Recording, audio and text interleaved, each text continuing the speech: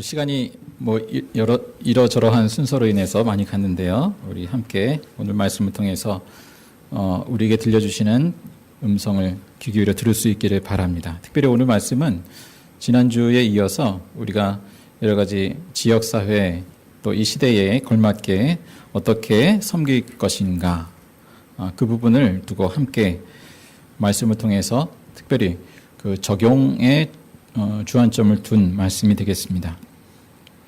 자, 우리 기독교 신앙의 중요한 고백으로 성육신에 대한 고백이 있습니다. 성육신.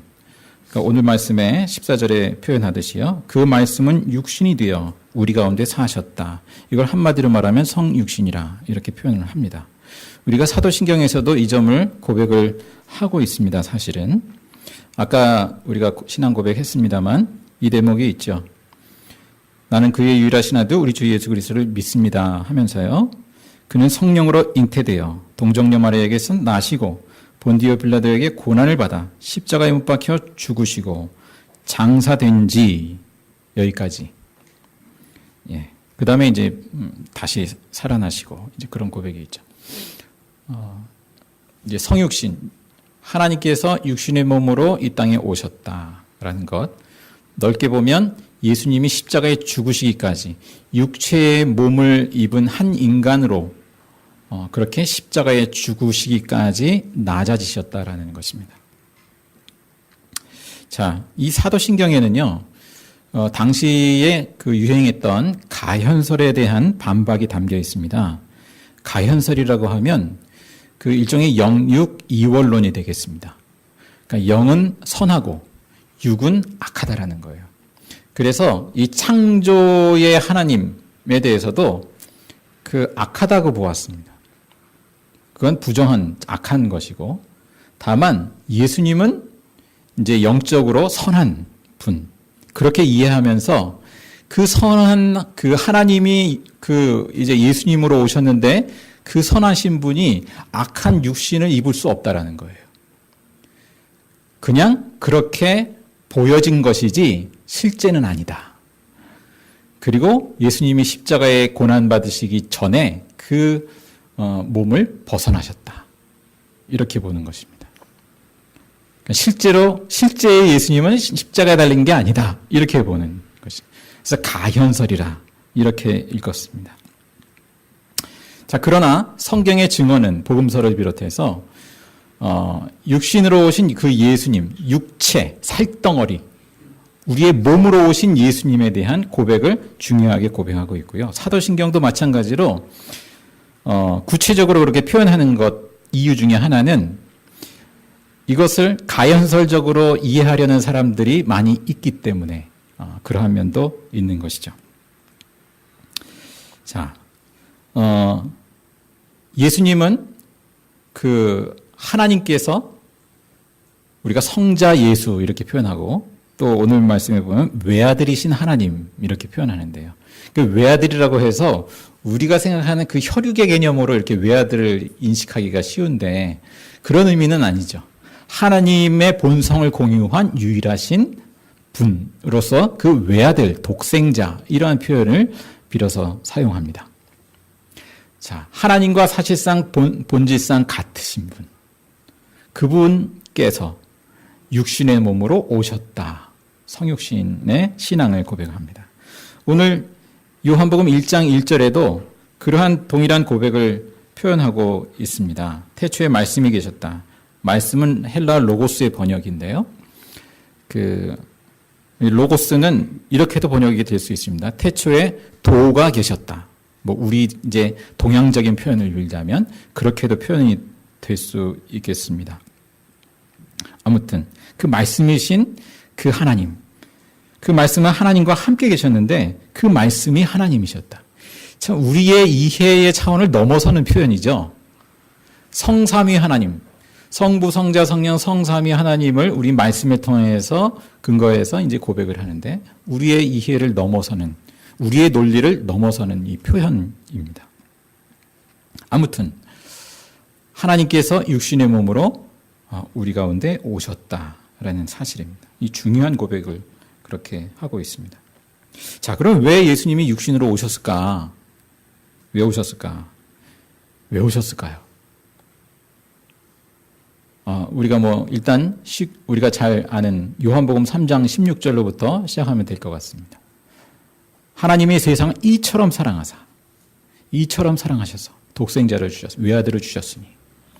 이처럼. 그 바로 앞에는 이제 그 모세의 그 구리뱀 지팡이, 그 놋뱀을 이렇게 높이 든 것처럼, 이처럼 그 내용이죠. 예수님이 그처럼 십자가에 높이 들리실 것이다라는 것을 십자가에 죽기까지 사랑하사 그 외아들을 내어주시기까지 사랑하셔서 독생자를 주셨다. 그 말씀을 하고 있습니다. 이는 그를 믿는 사람마다 멸망하지 않고 영생을 얻게 하려는 것이다. 사랑하기 때문에 육신의 몸으로 오셨다라는 것이죠. 자, 그렇게 육신으로 오신 예수님은 우리 사람들 가운데 사셨어요. 사람들을 만나셨고 또 사람들이 일컫는 그 별칭대로 세리와 죄인의 친구가 되셨어요. 그들과 함께 하셨어요. 예수님이 공생애를 시작하시기 전에 예수님이 공생애를 언제 시작하셨습니까? 30세로 이야기를 하죠. 복음서에 담겨 있는 것은 그 30세 이후의 내용이 주된 내용이 되겠습니다. 예수님은 하나님 나라의 복음을 전하시기 전에 그 전에 뭘 하셨습니까? 사셨죠. 30년간 그 요셉의 집안의 한 사람으로 사셨어요. 나사렛 예수라 일컬어지듯이 나사렛이라는 마을에 사셨어요.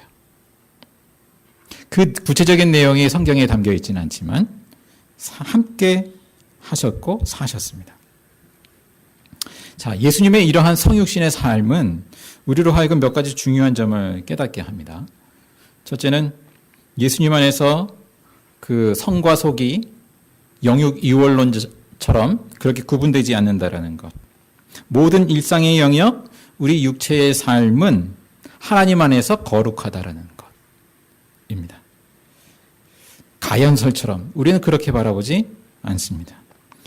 예를 들어서 교회 일은 거룩하고 세상 일은 속되고 이렇게 구분하지 않습니다. 세상 일도 다 거룩하게 감당해야죠. 하나님의 나라의 범주는 교회뿐만 아니라 모든 사회, 삶의 세상의 영역들, 거기도 다 하나님의 나라가 임해야 할 그러한 영역들이지 않습니까? 자, 마찬가지로 교회에서 하는 일은 봉사는 주의 일이고 가정이나 일터나 지역사회에서 하는 일은 세상 일이고 이렇게 이분법적으로 구분할 수 없다라는 사실입니다. 모든 것이 주님 안에서 감당할 때 주님의 일이 되는 것이죠. 자, 교회당의 공간은 하나님이 임재하는 거룩한 공간이고 교회 밖은 세상의 공간으로 구분되지 않습니다. 구약 성경에는 그러한 구분들이 우리에게 어떤 것을 가르쳐 주기 위해서 이제 표현되고 있습니다만 예수님 안에서 그러한 구분들이 다 사라지죠. 자, 하나님은 우리 삶의 전 영역에서 동행하기를 원하시고 전 영역에서 하나님의 나라가 임하기를 원하시죠. 자, 두 번째, 예수님은 복음을 전할 뿐만 아니라 함께 하셨다라는 사실입니다. 이미 말씀한 대로. 이 점이 참 우리 현대 교회, 특히 도시 교회가 이 점을 전부 다 고민하게 됐어요. 이제까지 교회는 지역과 함께 하지 않으면서도 복음을 전하고자 했어요. 물론 다 그렇다는 것은 아니고 그런 면이 많이 있었어요. 지역과 함께하는 영역을 깊이 고민하지 않았어요. 그냥 전도의 대상으로만 삼는 경향이 없지 않아 있었습니다. 고전적인 또 이제 이러한 데는 이유도 있죠. 이제 고전적인 방식으로는 접근 자체가 어려워지는 거예요, 점점. 아파트 문화도 그렇고 개인화된 사회도 그렇고 점점 접근하기가 어려워지지 않았습니까? 그러니까 이 지역 사회에 함께 한다라는 것이 쉬운 일이 아닙니다. 자, 교회가 지역을 떠나서 이사 가는 경우도 꽤 많이 또 있죠. 뭐 예를 들자면 우리 송파의 예전에 많은 교회들이 분당 신도시가 생길 때 많이 이전해 갔습니다. 그죠? 최근에는 위례 신도시가 생기면서 또 많이 이전을 해 갔습니다. 뭐 그건 한편으로는 또 당연한 일일 수도 있어요. 그 복음이 필요한 곳, 교회가 없는 곳, 그곳에 이제 가는 것이죠. 복음의 일을 감당하기 위해서, 전하기 위해서 가는 것이죠. 충분히 이해될 만한 일입니다. 다만 이제 한 가지 이제 우리 오늘 말씀과 관련해서 생각해야 될 부분은 이곳에 있든지 저곳에 있든지 복음을 우리가 전하고자 할 때, 복음의 일을 감당하고자 할 때 우리가 함께하는 것이 필요하구나. 어떤 모양으로든. 단지 전도의 대상으로만 삼는 것이 아니라 함께하는 것이 필요하구나. 예수님이 보여주신 것이 그것이구나. 참 이 부분이 어렵긴 하지만 어떻게 해야 되지? 라고 참 고민하게 되는 지점이지만 이것이 분명히 필요한 부분이구나. 자, 이 부분은 단지 뭐 교회의 차원만이 아니라 우리 각 개인 그리스도인이요. 우리 사는 것이 다 다르잖아요. 사실 우리 교우분들이 이 지역에 여기 살지도 않는데 여기에 무슨 특별한 애정을 갖는다든지 그렇지는 않을 거예요. 살지도 않는데. 다만 이 공간이 우리가 여기 마련을 했고 모이기 좋은 뭐 어떤 장점이 있기 때문에 여기 마련했는데 우리가 예수님이 그 함께 하신다라는 의미를 살린다면 어떻게 해야 될까? 그것은 뭐 여기 지역에 우리가 다 뭐 어떻게 해서 한다기보다는 그런 차원도 필요하긴 하겠지만 각기 삶의 자리, 각 내가 속한 지역, 또 직장인들은 그 지역에 사는 시간이 별로 없어요. 그 직장이 많은 시간을 보내는 곳이죠. 거기가 삶의 현장이죠. 그 삶의 현장에서 내가 어떻게 내게 만나게 하시는 이들과 동료들과 함께 하게 하시는가. 그 부분을 잘 생각해야 되리라 생각합니다. 우리 학생들 같으면 뭐 학교가 될 것이고 그래서 내가 가장 주로 많은 시간을 보내는 그 삶의 현장, 그 만남의 현장, 그곳에서 어떻게 하나님이 함께하게 하시는가. 그것을 우리가 곰곰이 생각하고 그 부분을 기도하고 그곳에서 하나님 나라의 일을 행하고자 하는 그 마음을 품는 것. 이것이 주님이 우리에게 말씀하시는 것이 아니겠는가라는 것이죠. 그것이 바로 성육신적 신앙, 성육신적 선교, 성육신적 교회 이렇게 표현이 됩니다. 우리는 어떤 면에서 성육신적인가? 부족함이 많이 있죠. 자, 이것을 위해서 우리가 할 일이 두 가지 있다라고 여겨집니다. 하나는 비우는 일이죠. 비우는 일. 예수님이 십자가에 낮아지시고 또 십자가에 죽으시기까지 자기를 비우시잖아요. 또 초대교회가 어떻습니까? 사도행전 2장과 4장에 보면 그 예수님으로 충만한 성령으로 충만한 초대교회는 자기 비움을 실행합니다. 자기 비움을 통한 공유의 공동체로 그 결실이 드러나는 것을 보여줍니다. 자, 그렇다면 우리는 어떤 모양으로 자기를 비우고 그렇게 함께 할 수 있을 것인가 생각해 보게 되는데요. 이제 그 적용 중에 하나로 우리가 이제 공간에 대한 것을 의논하고 있습니다. 공간을 비우자. 우리만의 공간에서 함께하는 공간으로 비우자. 이 공간을 통해 공생하고 공유해보자. 그러한 생각을 우리가 또 나누기도 했습니다. 뭐 이것을 하려면 우리가 각자에게도 비워야 할 것이 있다고 여겨져요. 우리에게 깊이 각인되어 있는 교회의 어떤 이미지가 있지 않습니까? 우리가 뭐 어떤 모양으로 바꾸더라도 그 예배의 분위기를 해치지 않는 그것을 구현하고자 합니다만, 그러나 우리가 이제 정형화된 그 교회의 이미지, 그것을 우리가 비울 필요가 있겠구나. 교회의 모습도 이제 시대에 따라서 많이 변천되기도 하는데, 특히 현대 사회에 와서 많이 변천되고 있죠. 얼마 전까지만 해도 교회 건축을 하게 되면 어떤 모양으로 교회를 짓나요? 건물을. 고딕 양식으로 많이 졌어요. 십자가 탑을 높이 세우고 양쪽으로든 한쪽으로든 거의 예외 없이 그렇게 졌습니다. 그런데 요새는 가만히 보면 거의 그렇게 짓지 않습니다. 굉장히 빨리 변화하고 있는데 또 십자가도 높이 세우지 않고 좀 이렇게 나지막하게 세우고 여러 가지 변화들이 또 예배당의 모습도 많이 변화하기도 하고 그러한 것을 보여줍니다. 특히 초대교회의 모습을 우리가 떠올려 보시죠. 초대교회는 우리가 생각하는 그런 교회당, 예배당이 없는 때였죠. 그냥 가정에서 모이는 집교회. 우리로 말하면 거실에서 그냥 모이는 교회당. 그거였습니다. 그냥 일상의 공간이 그냥 집회 장소였습니다. 거기엔 어떤 기독교적인 어떤 상징, 어떤 표현물, 이런 것들이 없는 공간이죠. 근데 거기가 교회당이고 예배당이 된 것이죠. 그러니까 원래는 절대적으로 이것은 기독교적인 이미지다. 이것은 반드시 있어야 된다라는 것은 없어요. 그런 면에서 우리는 우리 안에 있는 어떤 고정된 관념, 이미지 이런 것을 비워내는 것이 필요하겠다라는 것입니다.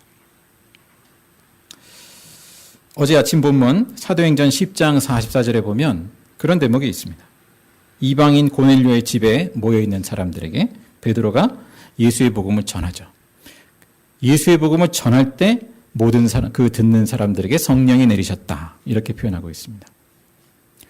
그냥 집에 모인 사람들. 복음이 전하여질 때 성령이 내리셨다. 마찬가지로 우리가 어떤 공간에 있든 어떤 자리에 있든 그것이 중요한 것이 아니라 예수 그리스도의 복음이 전하여지고 그 복음을 귀 기울여 듣는 사람들에게 성령이 역사하시더라는 것이죠.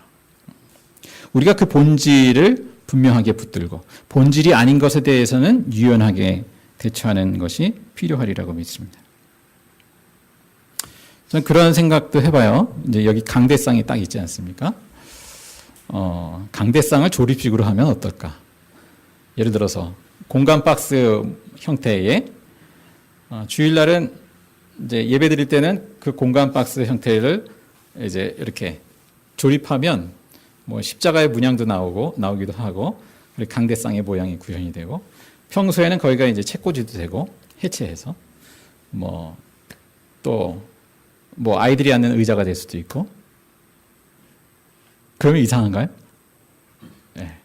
그렇게 할 수도 있지 않을까. 이 강대상도 예전에는 여기 강대상에 막 올라가고 그러면 어디 강단에 올라가느냐 이제 어르신들이 말씀하시기도 했는데 그건 이제 약간 구약적인 사고 가운데에서 말씀하시는 거라고 여겨집니다. 이 강대상도 예를 들어서 재구성한다면 조립식으로 평소에는 여기저기 이동식으로 이제 분할해서 배치를 하고 거기에 앉아서 책을 읽든 뭘 하든 그렇게 하고 근데 이제 집회 시간에는 조립을 해서 이제 같이 맞춰서 또 강단으로 사용하기도 하고 그래도 괜찮겠다. 등등 여러 가지 이제 생각들을 하는 것이죠.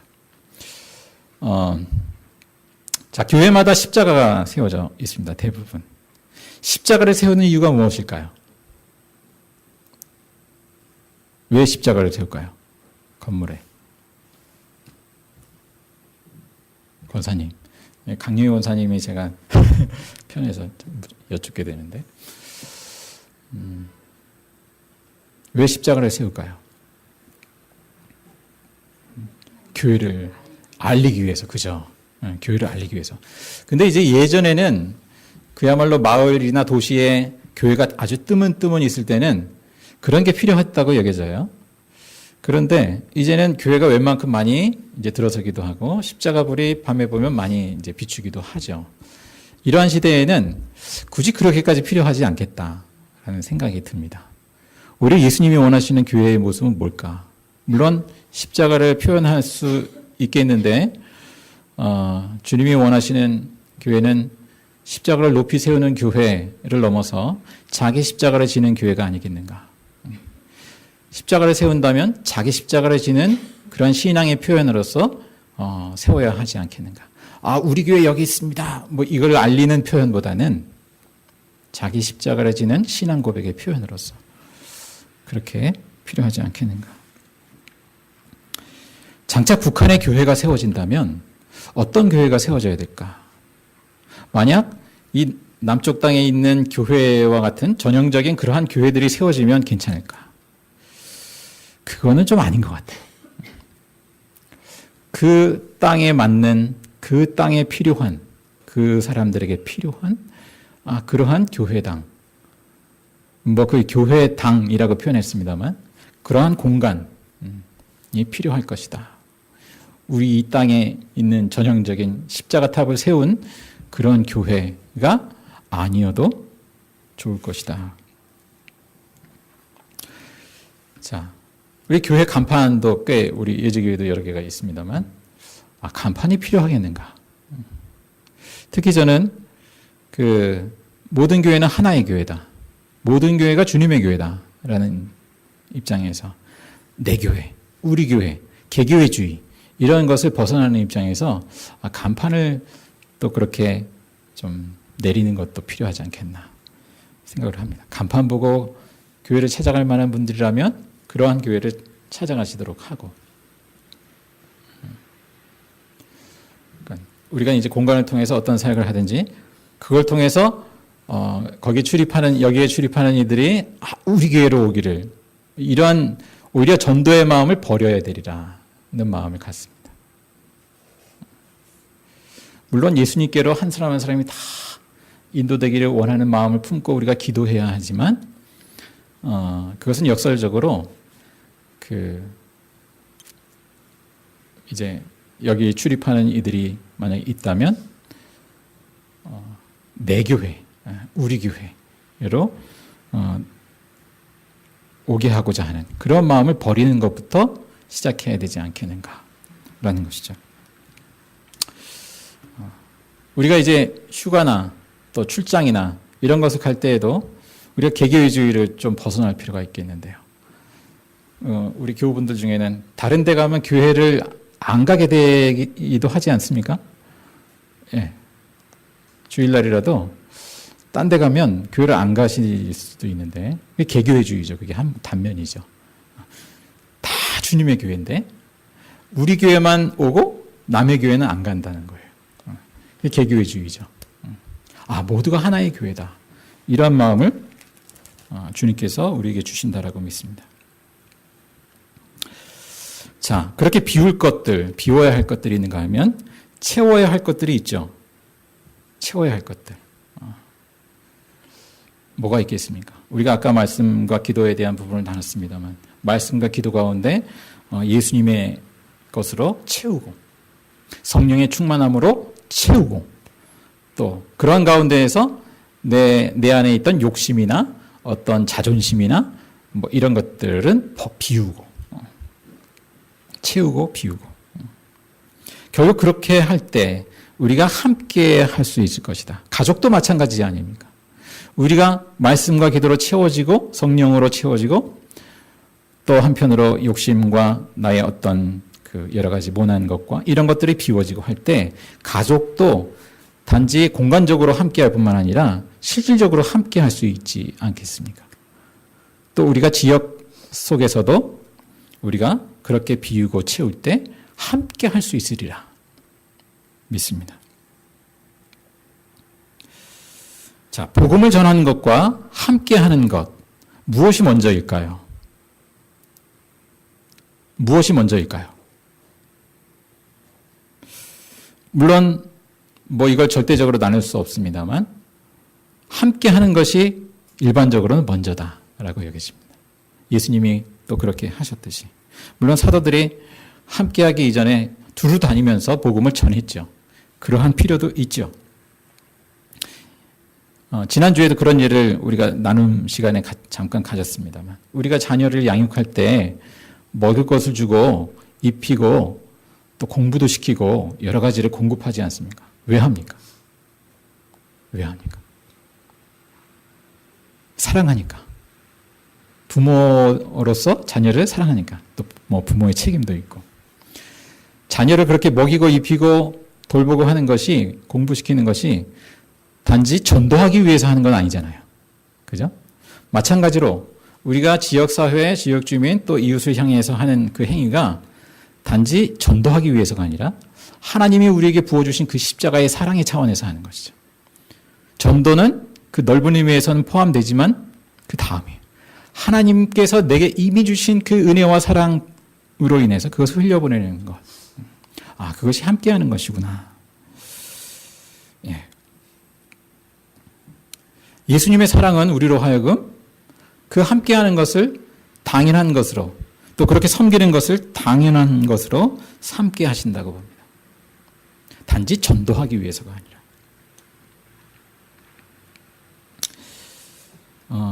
우리가 먼저 복음을 전하기 이전에, 복음을 전해야 하지만 복음을 전하기 이전에 우리가 함께하는 모습, 이웃이 되는 것, 그것이 오늘 말씀을 통해서 우리에게 주는 깨우침이라고 여겨집니다.